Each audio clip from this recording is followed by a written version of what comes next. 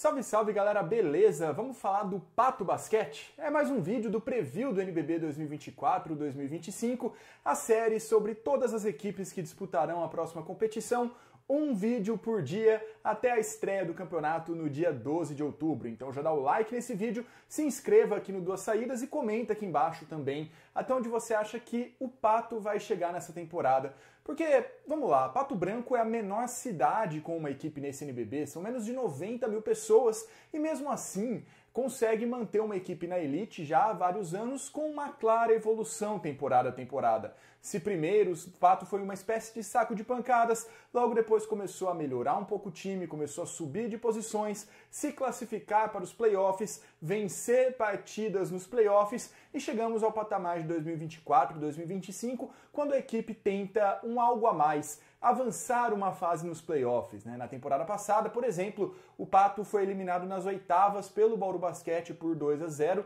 mas fez uma temporada regular interessante, uma fase de classificação. O Pato chegou a vencer, por exemplo, o SESI Franca, chegou a vencer Flamengo, Pinheiros, Paulistano e principalmente contou com sequências de vitórias muito importantes, o que foi um pouco a tônica dessa equipe, Não é que num intervalo de 5, 6 jogos, o Pato ganhava um, perdia outro. Não, o Pato em alguns momentos da temporada teve grandes sequências de vitórias, o que resultou na campanha de 17 vitórias, 19 derrotas, praticamente 50%, Ou seja, um dos jogos que o Pato perdeu, se tivesse vencido, seria uma campanha de 50% de aproveitamento, 18-18. E isso aconteceu muito por conta de grandes momentos de jogadores específicos. No começo do campeonato, o Materan, o ala venezuelano, foi um dos que mais se destacou, e ali na virada de dezembro para janeiro foi a vez do Nate Barnes, que já é um grande personagem na cidade, no time de Pato Branco, já um ídolo nessa trajetória de algumas temporadas de NBB. Ele começou a ter ali suas melhores partidas na temporada, foi eleito para o Jogo das Estrelas e tudo mais. Acabou sendo considerado por conta disso um dos melhores estrangeiros no último ano, Nate Barnes, que ajudou muito o Pato Basquete nessa sequência ali de virada de turno, que praticamente garantiu o time nos playoffs, sem precisar daquele sufoco de final de temporada que algumas equipes tiveram, Botafogo, Mogi, Caxias, União Corinthians, Cerrado, que ficaram brigando ali pelas últimas vagas até o final. O Pato já estava ali um patamarzinho acima, já mais tranquilo, mais estabilizado, e acabou caindo nas oitavas, é verdade, mas foi uma campanha muito mais tranquila.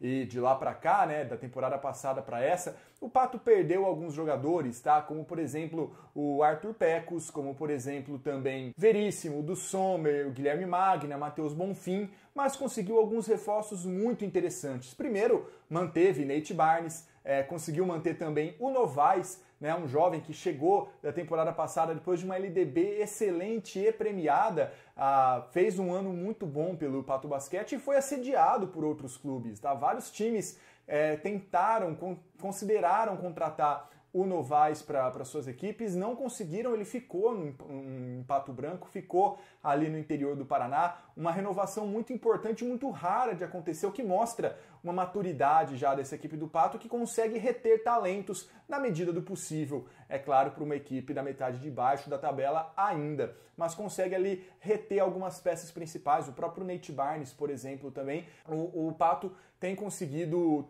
pelo menos para essa temporada, montar ali um elenco interessante, contratando, por exemplo, o Cauê Verzola, contratando o Austin Wrighten, que é um americano que vem ali para jogar na ala, para ajudar o Nate Barnes também nessa função de maior pontuador da equipe, vem depois de uma boa temporada, uma grande temporada, melhor dizendo, no campeonato chileno, que tudo bem, a liga chilena não é a melhor da América do Sul, bem atrás da Argentina, da venezuelana, da uruguaia também, mas ele foi eleito o melhor estrangeiro da última temporada lá. Fez média, acho que de 18 pontos, salvo engano, algumas assistências também, teve um bom impacto.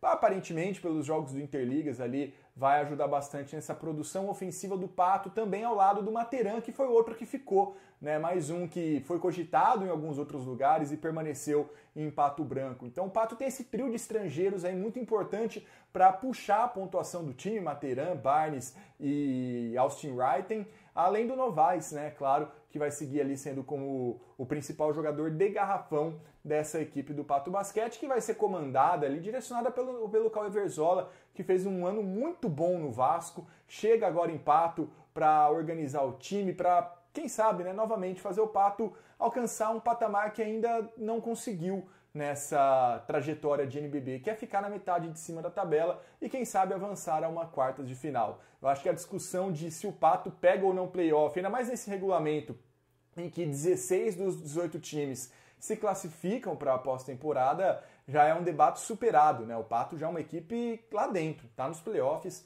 e até essa mudança no regulamento até ajuda a dar um pouco mais de tranquilidade para o Pato, se bem que ano passado ainda assim iria para as oitavas por ter ficado em 12º se fôssemos considerar, perdão, o regulamento antigo. Então vamos pegar o elenco do Pato nesse ano, já estou com a minha colinha aqui, para a gente analisar a posição e entender um pouco o que melhorou, o que piorou, até onde pode chegar a equipe do Pato. Na armação, o Pato tem o Cauê Verzola e o Nate Barnes, depois nas alas vem o Austin Wright, o José Materan, o Michel, que foi outra permanência legal da temporada passada para essa, e nos pivôs, 2 contratações entre os pivôs mais leves, Arthur Bernardi e Rafa Oliveira.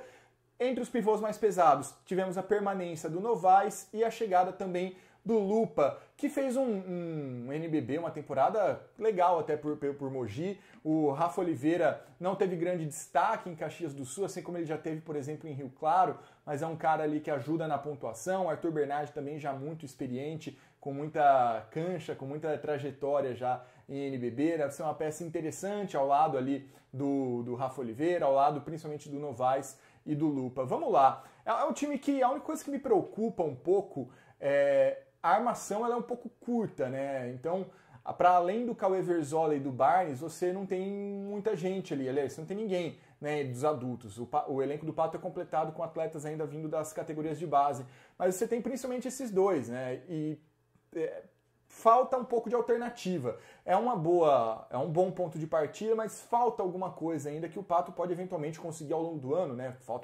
Tem uma vaga de estrangeiro livre que o Pato ainda pode usar para reforçar, principalmente esse setor que é o mais carente do Pato, na minha opinião, não em termos de qualidade dos nomes que já estão lá. Cauê Verzola e Barnes, para mim, ela é uma dupla de armação bem competente, ainda mais se for considerar o que o Pato já teve em anos anteriores. Eu acho que de fato, talvez a melhor ali dupla que o Pato podia ter nessa temporada. A contratação do Cauê Verzola e a manutenção do Barnes foram muito interessantes, mas é pouca gente, né? Pode acontecer alguma coisa, o time pode precisar de outra característica ao longo da temporada. É uma temporada longa, mesmo o Pato não disputando competições internacionais. Então eu vejo com preocupação um pouco disso, tá? Mantendo todo mundo saudável e conseguindo jogar uma minutagem alta, Nate Barnes é um cara um pouco mais agressivo, um pouco mais ofensivo, que tem possibilidade de desabrochar alguns jogos para 30 pontos tranquilamente. Cauê Verzola é extremamente cerebral, é um cara que ao longo da sua carreira passou por várias posições, exerceu várias funções no vestiário, em diferentes equipes também, já é um jogador muito rodado nesse NBB, mas que consegue ter muita qualidade para entender o que o jogo pede, né? O Cauê Verzola é um jogador que é muito fácil de adaptar em qualquer tipo de elenco, contra qualquer tipo de adversário também. Tem uma leitura de jogo muito boa, consegue distribuir muito bem as forças dos seus companheiros, equilibrar bem quem chuta agora, quem chuta depois, quem tá bem, quem tá mal. De fato, um armador com um A maiúsculo no NBB, mostrou isso na última temporada. É um jogador que teve uma evolução bem interessante também ao longo dos anos. Faz de tudo um pouco, pode não ser o líder em nenhuma estatística, pode não ser o maior especialista do mundo em um fundamento ou outro, não, mas ele faz tudo de maneira competente, é um cara bem completo ali para chegar nesse Pato Basquete. Foi uma boa contratação a do Cauê Verzola. Nas alas, né, você tem principalmente o Materan, que foi um vagalume temporada passada, né? Quando estava aceso, fazia jogos de 20, 25 pontos até com uma certa facilidade. E quando apagava, o time do Pato sofria demais, principalmente antes daquela crescente do Nate Barnes que eu citei.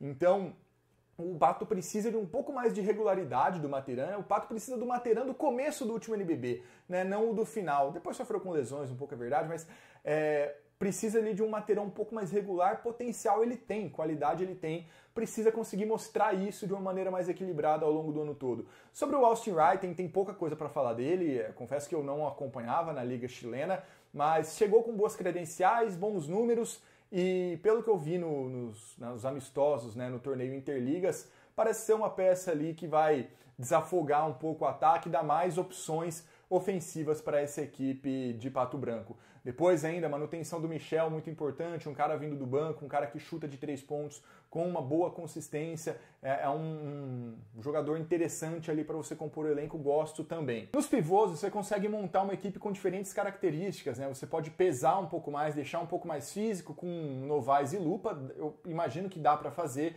Você pode colocar também Arthur Bernardi e Novaes, Rafa Oliveira e Novaes, ou então Arthur Bernardi e Rafa Oliveira, dependendo da situação, aí você sacrifica um pouco a parte física, mas espaça todo mundo. Então, o Pato consegue ter um pouco mais de profundidade tática, né, de variação para o técnico Renan Gittione. Eu já vou chegar nessa mudança de técnico do Pato também, mas ali com Arthur Bernardi e Rafa Oliveira, você tem caras que podem ajudar bastante, contribuir bastante ofensivamente também. Precisa um pouco mais de consistência defensiva em algumas partidas, mas entre os pivôs, com o Novaes, que é um jovem ainda em crescimento, ainda muito visado, acho que o Pato consegue ter um elenco bem equilibrado de ponta a ponta, né? Novamente com aquela ressalva que eu fiz da armação, que eu acho um pouco curta, mas para além disso, em situações normais, né, se não der nenhum problema de lesão, de suspensão, etc., acredito que o Pato vai conseguir fazer um bom trabalho, né, com várias alternativas. Pato, que era comandado pelo Jesse Leite, que foi para o Corinthians nessa temporada, era um técnico, né, que comandou aí algumas seleções de base, e no lugar do Jesse, o Pato optou por dar uma chance para o Renan Gittione, que era assistente técnico no Minas Tênis Clube temporada passada, vai ter ali a sua primeira oportunidade como treinador do NBB. Ele foi um assistente de muito destaque nos últimos anos, aí ao longo da sua carreira, né? Também com análises muito boas, sempre muito bem considerado, né? Um assessor muito bom ao técnico principal dos seus elencos pelos quais ele passou, e vai ter agora uma chance no Pato Basquete com um bom elenco, talvez um dos melhores elencos que o Pato Basquete já teve aí ao longo de sua história no NBB, e pode sim fazer um bom trabalho. Claro, a gente nunca sabe exatamente como vai ser o desempenho de um técnico, né? Ser assistente é uma coisa, ser o técnico principal é outra, a palavra final é sua, a decisão final é sua. Às vezes você consegue ler muito bem o jogo, mas na hora de tomar a decisão para corrigir algumas deficiências que surgem ao longo da partida, de atacar a fragilidade do adversário, muitas vezes o técnico, quando sobe, né, para o papel de um treinador principal, acaba não conseguindo expressar isso muito bem, passar isso muito bem.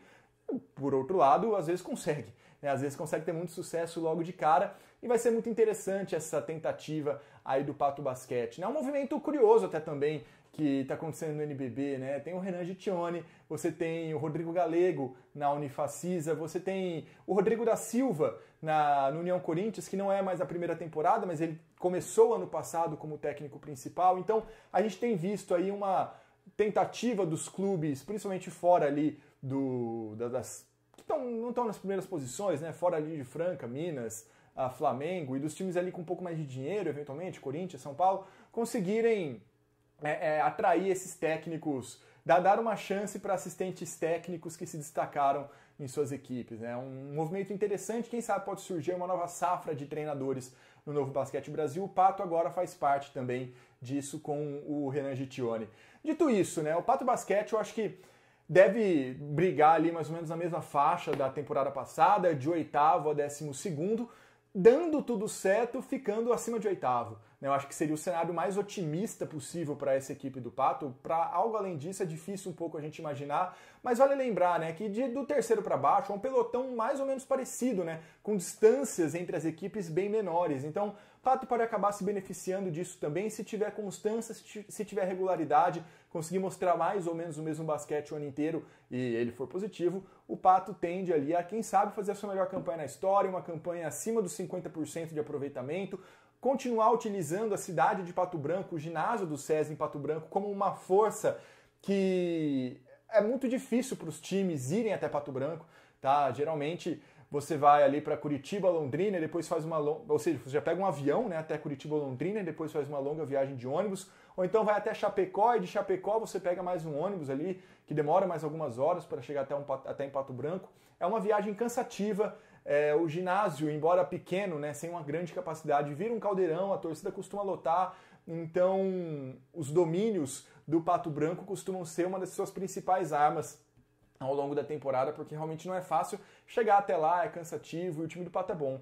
Então é uma combinação ali que pode fazer com que o Pato tenha a melhor campanha de sua história. Não me surpreenderia, por exemplo, com um desempenho acima dos 50% nesse ano. Beleza, galera? Comenta aqui embaixo se você também vai nessa direção ou se acha que o Pato deve continuar na metade de baixo da tabela. Não se esqueça também, mais uma vez, de se inscrever no Duas Saídas e considere tornar-se membro do nosso canal. Nós abrimos nosso clube de membros recentemente. Você pode apoiar financeiramente o Duas Saídas, ajudar a fomentar o basquete nacional, tornar o nosso projeto viável e, quem sabe, fomentar um pouco mais nossa produção para migrarmos para formatos diferentes, mais completos também para vocês. Beleza? Muito obrigado, até a próxima. Falou!